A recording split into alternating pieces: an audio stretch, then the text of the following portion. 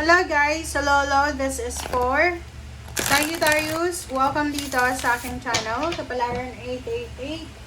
Welcome guys, alamin natin Sagittarius kung anong messages, vibration, gabay energy para sa lahat.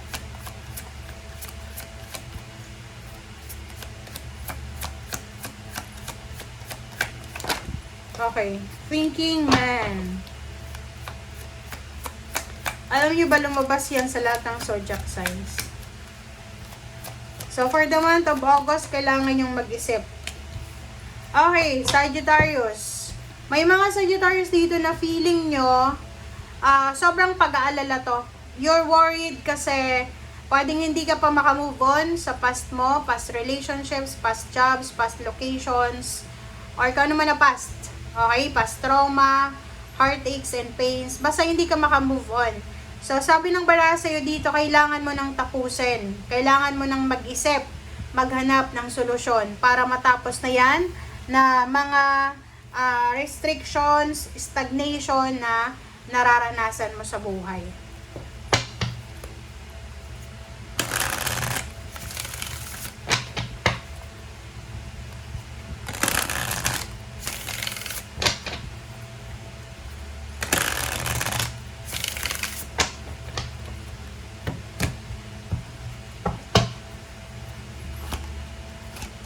Okay, so spirit number 6 and consciousness. Be positive daw. Sinasabi ng baraha sa'yo na Sagittarius, ihanda mo daw yung sarili mo kasi isang positive na opening. Like, there's something na magbubukas sa'yo. Pwedeng positive na relationship siya, positive news, bukang liwayway siya. So, there's parang new beginnings, positive new beginnings na magsisimula sa buhay mo. And sa nakikita ko, there's a support from your family, friends, and your spiritual guides and the helper. So, ano ibig sabihin? Kung ano man daw yan na pinaplano mo, kung ano man yan na gusto mong gawin, ihanda mo yung sarili mo dyan. Okay? Malaking pagbabago yan, lalo na kung tungkol yan sa pamilya or tungkol sa sarili mo. So, sinasabi ng baraha, ano man daw ang plano mo, you're supported and you're guided ng iyong family and friends.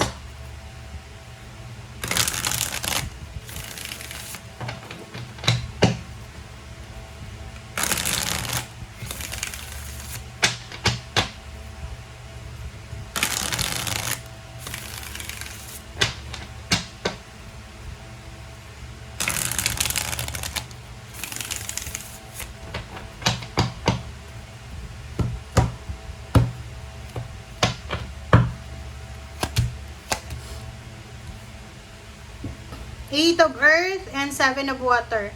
So, dito sa barahang to, sinasabi ng baraha sa'yo na yun. There's a Sagittarius here na pwedeng marami kang job offers, maraming mga pwedeng possibility na mag-improve yung iyong financial life. Kaso lang ang nakikita ko, hindi ka masyadong interesado. Meron kang mas priority sa ngayon. So, medyo nagpo-procrastinate ka. And wala pa yon sa isip mo. I don't know kung ano yan. Okay, Knight of Earth. Wow! Congratulations sa inyong lahat, Sagittarius, kasi sinasabi ng baraha, kung ano daw yung ginagawa nyo sa ngayon, kung nagbe-business ka, kung may trabaho ka, sinasabi ng baraha na pagdating daw ng araw, possible na mayroong positive result na dala-dala yung ginagawa nyo sa ngayon. Like example, you will be promoted, makakatanggap ka ng recognition, ng awards, or pwedeng makakapag-ipon ka ng pera. And, yun, dadami yung mga connections mo. Okay, mag-iingat lang tayo, Sagittarius, ngayong buwan ng August. Sa nakikita ko sa'yo dito, mag-iingat ka kasi posibleng yung magiging problema mo ngayon is overworking. Pwedeng palagi kang pagod everyday. So, sinasabi ng baraha sa'yo dito na mag-iingat kayo.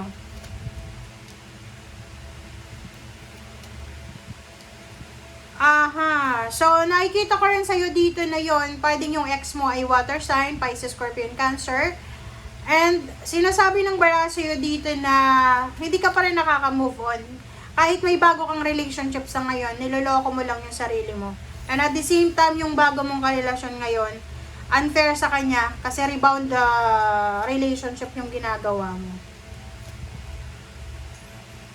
Sabi ng baraha sa'yo dito, kung tungkol ito sa trabaho, isang parang ano to unexpected offer na posibleng i-offer sa'yo, Sagittarius. And eto talaga yung offer na hindi mo ini-expect. Or pwedeng isinasawalang bahala mo kasi hindi ka interesado.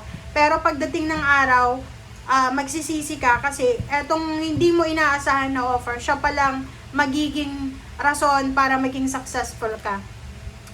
Okay, so sinasabi ng baraha sa'yo dito na if you're planning to travel, to relocate, para maghanap ng trabaho, or para maging, para hanapin yung kung saan ka pa talaga magiging masaya and magiging kontento.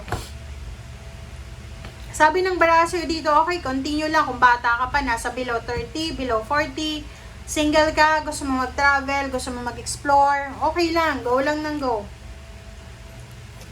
Bagong relationship.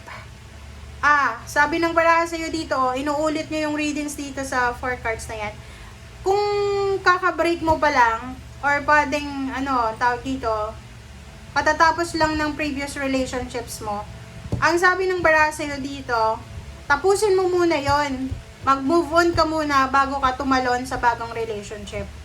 Okay? Kasi yung partnership and collaboration mo sa love life, ay hindi siya stable and secured. Anytime magsasawa ka, na pwedeng itsyapera mo siya. Pero, ang sabi ng baraha sa'yo, kung heartbroken ka ngayon, mas maganda na i-focus mo na lang yung attention, yung energy mo sa pagtatrabaho, sa pag-ipon ng pera, kasi mas mag-i-improve yung buhay mo sa ganyan. Kaysa puro love life, ganyan. Okay? Sabi ng baraha sa'yo dito, hanapin mo muna, kasi tingnan mo to, naguguluhan ka or posibleng maguluhan ka pagdating ng araw, hindi mo malalaman ano ba talaga yung priority ko. If it's my love life, or pwedeng yung financial success mo.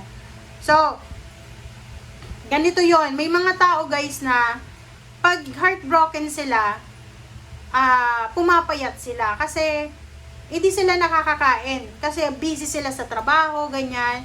And, yung iba, sobrang nag-enhance yung beauty nila, pumuputi, gumaganda, pumapayat, while in a relationship, mataba sila. So, sa'yo naman, sa nakikita ko, nung time na may relationship ka, parang naging komportable ka siguro. Okay? Na parang napabayaan mo yung physical mo, or yung pag-iipon mo ng pera. So, ngayon, sabi ng baraha, kung single ka ngayon, mas i-prioritize mo yung sarili mo. Para, alam mo yon, this is your time, this is your para alagaan yung sarili mo kasi wala ka ng relationship, 'di ba? Wag mo munang masyadong bigyan ng pansin yung mga relationship na yan. Pwede mo munang i-let go yung relationship na yan kasi hindi ka pa nga nakaka-move on, tumatalon ka na sa iba, 'di ba? Ang sabi ng baraha, importante yung kaligayahan mo, yung talagang long term hindi yung kaligayahan mo lang sa ngayon. Magpahinga ka muna.